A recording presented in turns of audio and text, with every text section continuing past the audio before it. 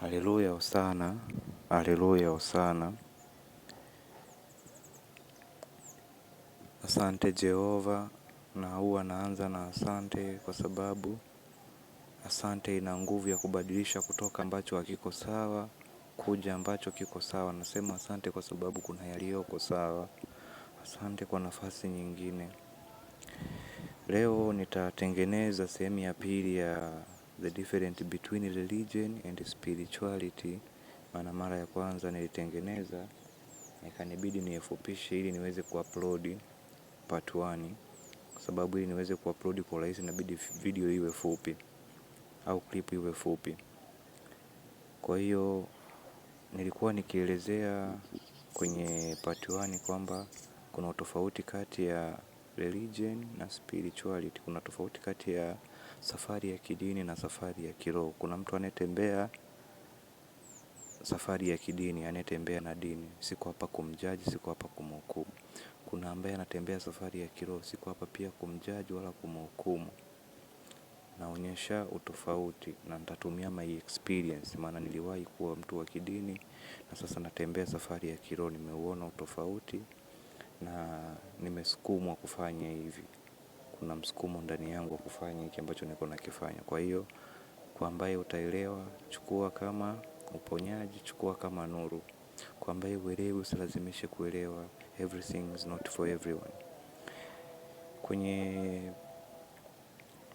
Kwenye clip iliyopita nilielezea, nakumbuka sehemu ya mwisho nilisema kwamba religion separate people who have different beliefs, but spirituality unite people regardless of their beliefs. Nikaelezea pia kwamba imekaaje hiyo, kwamba dini inawatenganisha watu kuendana na imani zao. Yaani kuna ambao wanaamini hivi, wanaamini hivi, kuna madhehebu, kuna utofauti uliopo unapokuwa unatembea safari za kidini. Unapotembea safari ya kidini kuna utofauti wa kiimani. Kwa hiyo dini huwa inawatenganisha watu. Na nikaelezea pia, ukienda ukaisikiliza utaelewa. Nikasema spirituality inawakusanya watu bila kujali beliefs zao, bila kujali ambavyo wanaamini au ambavyo wanaelewa. Maana there is difference and levels. Mtu anayetembea safari ya kiroho anaelewa hilo, kwamba kuna utofauti na kuna viwango. Kuna utofauti wa kuamini. Kwa hiyo utofauti wa kuamini hautufanyi tuwe tofauti. Huo ni utofauti wa kuamini. Niko hivyo. Kwa hiyo spirituality huwa inatukusanya pamoja. Na nimetembea safari ya kiroho, nimeona nafika hatua ambayo mimi mtu akiniuliza una dini yako ni dini gani, namjibu sina dini. Maana nimeshagundua kuna Mungu na kuna dini. Kwa hiyo nina Mungu na Mungu anatukusanya wote pamoja, maana Mungu ni roho.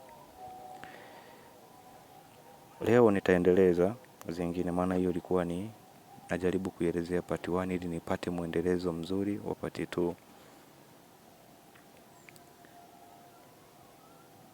Tofauti mwingine ambao nitauelezea leo ni kwamba religion teaches people to be afraid of hell.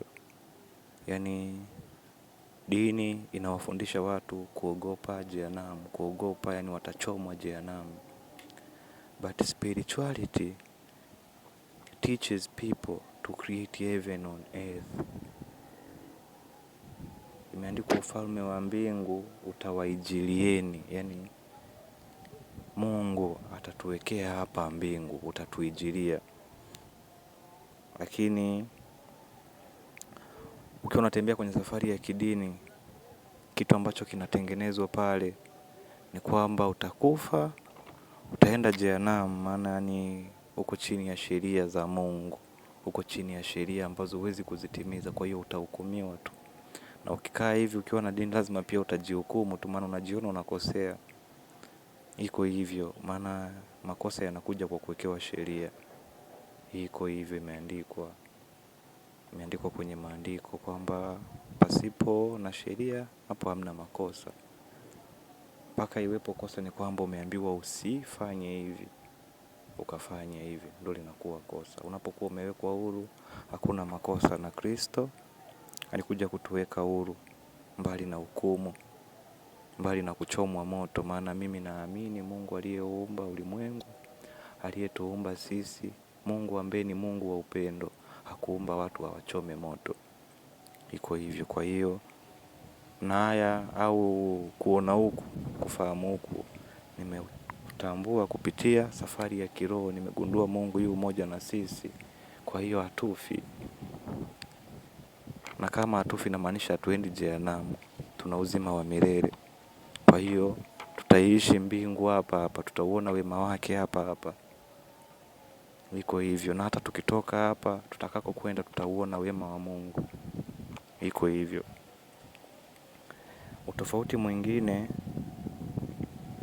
ambao nitazungumzia leo, ambao upo kati ya dini na safari ya kiroho, yani mtu anayetembea safari ya kidini na mtu anayetembea safari ya kiroho, tofauti uliopo kati yao ni kwamba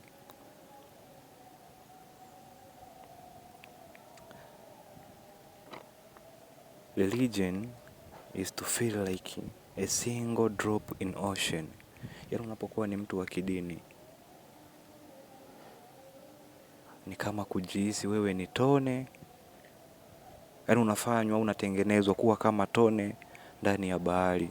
Ya unafanywa kuwa kitu kadogo katikati ya ulimwengu. Iko hivyo. But spirituality, it feel like being the entire ocean in single drop.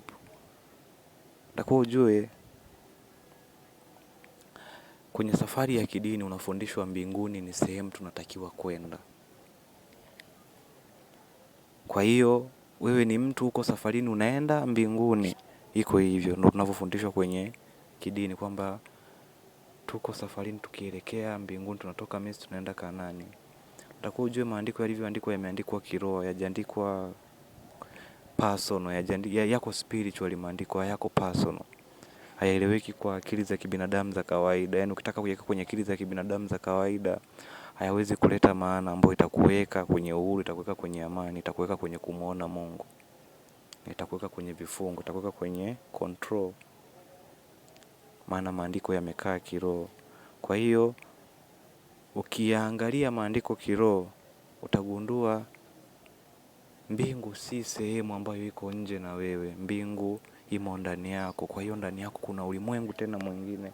Ndani yako kuna maisha tena mengine. Kwa hiyo ndani yako wewe ni bahari, lakini huko nje unatokea kama tone tu. Iko hivyo. Maana una ufalme wa mbingu wote ndani yako. Unajua ufalme wa mbingu ni mkubwa kiasi gani. Lakini ukiwa kwenye safari ya kidini unaambiwa ufalme wa mbingu huko nje, tunatakiwa tuutafute huko nje. Iko hivyo. Nimekaa kwenye safari ya kidini, tunaamini tunatakiwa kufa. Ukiwa kwenye kidini, kwenye safari ya kidini unaambiwa tunatakiwa kufa ili twende mbinguni. But ukiwa kwenye safari ya kiroho unaambiwa tunatakiwa kuiishi mbingu hapa hapa. Na ni kweli, na ndio ukweli. Kwa hiyo kuna utofauti hapo kati ya mtu ambaye anatembea safari ya kidini anavyojifeel na anavyofanywa hata akili yake kujiona, anakuwa anajiona, anakuwa anaonekana kama tone dogo kwenye bahari. Yaani yeye ni tone katikati ya ulimwengu, maana ndani yake hamna huo ulimwengu, hamna huo uzima, hamna hiyo kweli, hamna hiyo nuru ndani yake. Maana anaitafuta huko nje. Na anatakiwa kujua, yani natakiwa kujua, au ambacho hata mimi huwa natembea nikijiambia kwamba natakiwa kujua, ni kwamba nilimpata Mungu pale tu nilipopoteza dini. I found God when I lost religion. Nilimpata Mungu pale nilipoacha kuangalia nje, nikarudi ndani yangu. Haya ambayo nakuja kuyashare hapa, huwa na notes vitu ambavyo ni kama messages zinanifikia. Maandiko, ninyi mmepewa kuzijua siri za ufalme wa Mungu, wao hawakupewa. Kwa hiyo hata atakayekuja hapa naamini ni amejaliwa kuzijua siri za ufalme wa Mungu. Iko hivyo. Kwa hiyo ukirudi ndani yako utagundua unaye Mungu, ndani yako. Utagundua unao uzima, una kila kitu ndani yako. Kwa hiyo ndani yako wewe ni kama bahari. Alafu huku nje unaonekana kama mwanadamu, unaonekana kama kiumbe mdogo, unaonekana kama tone, lakini wewe ni bahari katika tone. Kwa hiyo ukitembea katika safari ya kiroho utakuwa ukijifiri kabisa, I am not my body, I am spiritual being. Mimi si mwili wangu, mimi ni roho. Lakini ukiwa unatembea kwenye safari ya kidini huwezi kujifiri wewe ni roho, utakuwa unajifiri wewe ni mwili ambao unatakiwa kuitafuta roho. Iko hivyo. Tofauti nyingine ambayo yuko kati ya dini na safari ya kiroho au kutembea kidini na kutembea kiroho, au anayechukua njia, maana imeandikwa ipitieni njia ambayo ni nyembamba. Anayepitia njia ya kidini na anayepitia njia ya kiroho, tofauti uliopo kati ya hizi njia mbili ni kwamba religion it based on other experience, but spirituality is to base on your personal experience. Mtu anayetembea safari ya kidini anakuwa ametengenezewa kuzifuata nyayo za mwanadamu fulani aliyeishi nyakati fulani, upite mule mule, maana ni unafuata taratibu, miongozo na sheria. Nimeelezea hivyo kwenye part 1 kwamba dini ni nini. Ni taratibu na miongozo na sheria inayofanya dunia kuwa sehemu salama, si kitu kibaya. Lakini ipo kuwaweka watu katika hukumu, kuwaweka watu chini ya hukumu. But spirituality ni njia ambayo inakuja kutokea ndani yako. It's a way of belief na ina come from your soul. Kwa hiyo unapokuwa umetembea safari ya kiroho, haufuatishi mikakati na taratibu alizozifuata mtu fulani, hapana. Ni unarudi ndani yako ambapo umewekewa kufuata na Mungu. Mungu kila mmoja kamwandikia njia yake. Yaani Mungu ni wa ajabu, alimuumba kila mmoja na namna yake. Na inapendeza sana yani ikiwa hivyo. Hakuumba watu wavae uniform. Iko hivyo pia. Kwa hiyo kutembea safari ya kidini itakupasa utembee kama mtume fulani ili upate aliyoyapata mtume fulani. Lakini ukitembea kwenye safari ya kiroho utakutana na experience zako, utaishi maisha ambayo Mungu amekuandikia. Maana huwezi kuniambia sasa hivi, nitatolea mfano, mimi nimeisoma Biblia, naijua Biblia ni mwongozo na ni taa na inamulika nyayo zangu ninapopita. Lakini najua kabisa huwezi kuchukua maisha ya sasa hivi ambayo nayaishi mimi labda kwenye hii timeline, kwenye huu wakati ninaporekodi hivi ni 2025 kwenye saa ya Babylon, kwenye time ya Babylon. Alafu kalinganisha na miaka 5000 iliyopita, kipindi cha kina Ezekieli, kipindi cha kina Daudi. Huwezi kulinganisha hayo maisha na sasa hivi. Ubaya ulikuweko kipindi cha kina Ezekieli, ubaya upo hata sasa. Mabaya yapo yani kila timeline, yapo kila wakati. Lakini experience ambazo tunazo sisi kwenye hichi kizazi haziwezi kuwa sawa sawa na experience ambacho walikuwepo kina nabii Ezekia au kina nabii Isaya. Haiwezi kuwa hivyo. Kwa hiyo ukitaka kuishi kama nabii Isaya, yani unatafuta kujiumiza, maana haiwezekani kuishi kama nabii Isaya. Ukitaka kuishi kama nabii Musa, haiwezekani kuishi kama nabii Musa. Maana nabii Musa ni nabii Musa. Na yeye hakuwa anamuiga mtu, ndio maana akawa nabii Musa. Kwa hiyo ukitembea kwenye safari ya kiroho itakutengeneza kuwa wewe kama ambavyo alitengenezwa kuwa Musa. Maana Musa hakutengenezwa kuwa mtu mbaya, lakini alitembea akimfuata Mungu aliyemo ndani yake. Iko hivyo, ndio maana niko hapo. Na ninaheshimu sana hata uwepo wake kwenye ulimwengu, maana umetusaidia wengi. Alikuja kufanya mission. Na ukitembea kwenye safari ya kiroho, nachokifahamu mimi ni unakuwa kwenye mission, unakuwa kwenye kazi fulani. Kristo alipokuwa hapa kuwa mtu wa dini, na waliomuoa walikuwa makuhani, walikuwa ni wale mafarisayo ambao wanakaa pale mbele. Viongozi wa kidini ndio waliomshtaki. Hakushtakiwa na machokoraa hakushtakiwa na mama ntilia, hakushtakiwa na watu ambao labda pengine wako busy na mambo yao. Alishtakiwa na viongozi wa kidini. Walimuona, mbona wewe unamsema Mungu, unamzungumzia Mungu, lakini huendi kama sisi. Ndio maana imeandikwa kwenye Yohana kwamba wamwabudu Baba halisi, saa ipo inakuja watamwabudu katika roho na kweli. Watamwabudu kule Yerusalemu wala kwenye mlima fulani. Na hiyo saa mimi naamini ni sasa, maana roho anaita njoo. Iko hivyo. Nisiongee mengi, maana nikiongea mengi video itakuwa ndefu, clip itakuwa ndefu, na kwenye kuongea mengi hakukosi kukosea, maana wanaamini hivyo. Kwenye kuongea mengi hakukosi kuongea uongo, hakukosi kuzingua.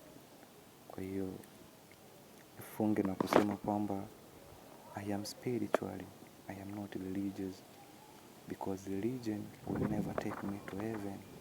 Mimi ni kiumbe wa kiroho, ninayetembea safari ya kiroho, ninayewaita wengine wainuke watembee safari ya kiroho. Mimi si kiumbe wa kidini, wala siko hapa kutangaza dini mpya wala kutengeneza dini mpya, hapana. Niko hapa kutangaza safari yangu ya kiroho, niwaguse na wengine ambao wako kama mimi wanaotembea safari ya kiroho, wanajisi wako peke yao.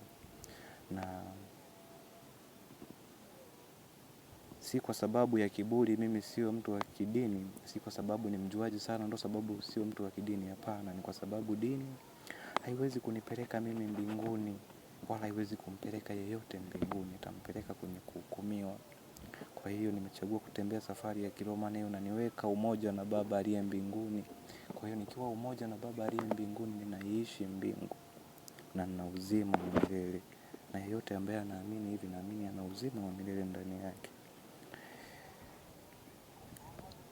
Kuna msemo ambao niliunotice ambao una make sense, naamini. Huu msemo unasema the sky it does not have the limit, your belief system has it. Yani ili anga ukiliangalia Mungu alivyoliumba halina mwisho, halina mipaka, ni anapoishia macho yako. Chenye mipaka ni hizo imani ulizonazo wewe, ulizotengenezewa kwenye system ya kuamini kwako. Your belief system have limit, but the sky is not limit. Hata Mungu ninayemwabudu mimi au anayetakiwa kuabudiwa kweli, Mungu wa kweli, most high creator, hana mipaka, ni boundless. Yani nisimwambie kwa lugha ipi uelewe, ni limitless. Mungu wetu ni limitless, hana mwisho wa kumwelewa. Kwa hivyo, kwa hiyo hata imani ambayo tunatakiwa kuitengeneza ni imani ambayo haina mipaka. Namna tunavyomuona hataki kuwekewa mipaka ya kumuona, hataki kuwekewa mipaka ya kuamini ya kwamba usiguse hivi, usiende hivi, yule pale aamini kama wewe usimsogelee, hapana. Hiyo inatuweka kwenye separation. Lakini Mungu wa kweli anataka tuwe wamoja, tuwe katika umoja. Hivyo ndivyo ninavyoamini. In the name of Yeshua, ikawe uponyaji, ikawe ufunguo, ikawe nuru. Ashe. Over.